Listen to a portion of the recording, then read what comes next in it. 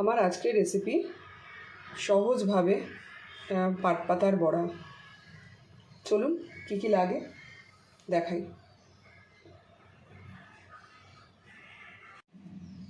তার জন্য আমার লাগছে কিছু পাট পাতা। আমি পাট পাতাগুলোকে একেবারে একটা একটা করে বেছে আর ধুয়ে টুয়ে রেখে দিয়েছি। আর তার জন্য আরও একটু লাগছে হচ্ছে চাল বাটা, আতপ চাল আমি বেটে নিয়েছি। আর এখানে কিছুটা পরিমাপ আমি 1 বাটির মতো একটু বেসন নিয়ে নিয়েছি। আমি পুরো আগে ব্যাটারটা রেডি করে নেব। চলুন, 1 চামচের মতো আমি নুন দিয়ে দিলাম, 1 চামচ হলুদ দিয়ে দিলাম, কিছুটা বেসন, যেহেতু 1 বাটি, আমি 1 বাটি দেবো না, যতটা লাগবে আমি দেব, হাফ বাটির মতো আমি বেসন দিয়ে দেবো। তারপরে আমি এই ব্যাটারটা গুলবো। এবার আমি ব্যাটারটা ভালো করে গুলে নেব চালের গোলার সাথে, চাল বাটাটা যেটা আছে তার সাথে আমি গুলে নেব ভালো করে।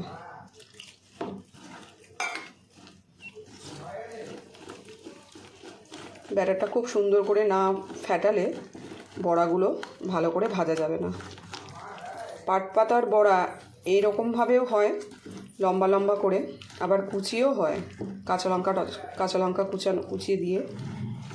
কারণ গরমকাল পড়েছে, একদম লাইট খাবারই পছন্দ সবারই, তাই আজকে আমি পাট পাতার বড়াটা বাড়িতে করছি, তাই ভিডিওটা আপনাদের সাথে শেয়ার করছি।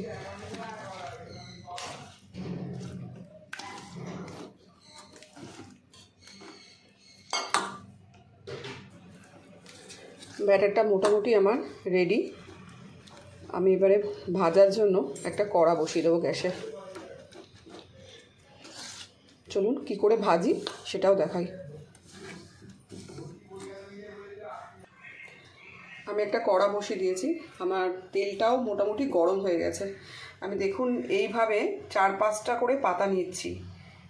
আপনারা তারও বেশি নিলে খুব একটা ভালো লাগে না।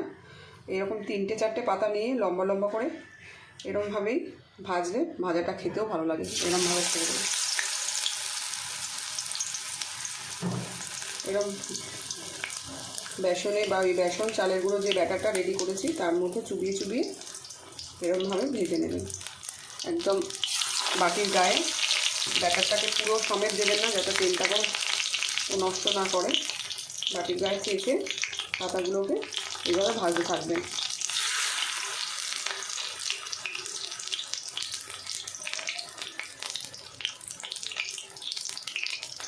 এইভাবে পাট পাতার বড়াটা খেতে দারুণ লাগে চালের সাথে।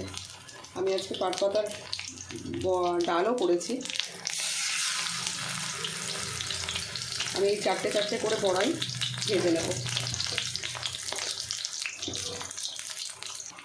আমার বড়াগুলো একদিক হয়ে গেছে, আমি উল্টে দিয়েছি। দেখুন কতটাই সুন্দর হয়েছে, আর ভীষণ মচমচে একটা ব্যাপার হয়েছে। যেহেতু চালটা আমি শিলে বেটে দিয়েছি, আপনারা কেনা চালেও মানে আতপ চালের পাউডারটা দিয়েও আপনারা করতে পারেন,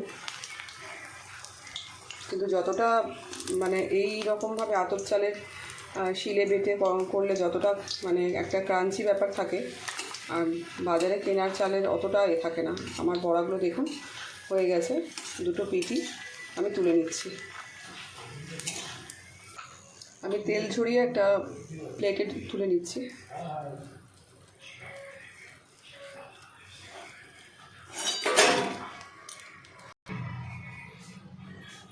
আমি আবারও কটা বড়া এরকমভাবে পাট পাতাগুলো ভেজে নেব।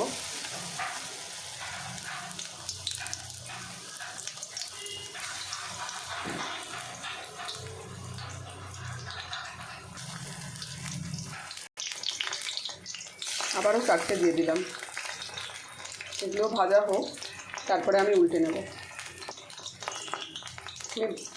পাট পাতার এগুলোকে উল্টে নেব। দেখুন কতটা ফুলেছে পাট পাতাগুলো, এই দিকটা দিয়ে যথেষ্ট ফুলেছে। আমি এবারে তিনটে ধরে উল্টে নেব।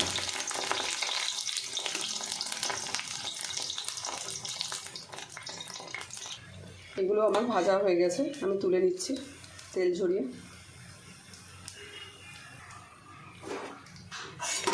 কতটা সুন্দর আওয়াজ হচ্ছে দেখেছেন, মচমচ হচ্ছে। আমি আবারও কটা ভেজে নেব।